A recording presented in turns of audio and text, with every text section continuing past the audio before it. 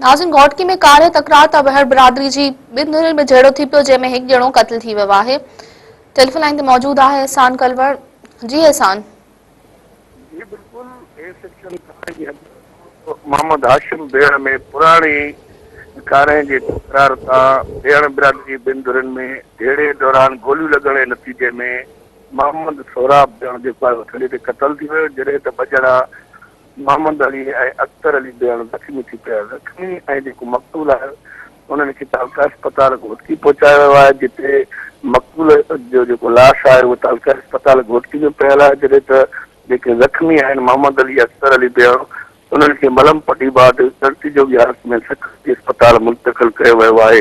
मक़तूल जे वारसनि जो चवणु आहे त भेण बिरादरी ॿिनि धुरियुनि में पुराणे कार जे तकरार तां झेड़ो थियो, गोलियूं लॻण जे नतीजे में इहो वाक़ियो पेश आयो आहे। आख़िरी इत्तलाह में पुलिस जवाबदारनि जी गिरफ़्तारी न करे सघी आहे। पुलिस पारां जवाबदारनि जी गिरफ़्तारी लाइ छापा जारी आहिनि। जी एहसान, जी मेहरबानी।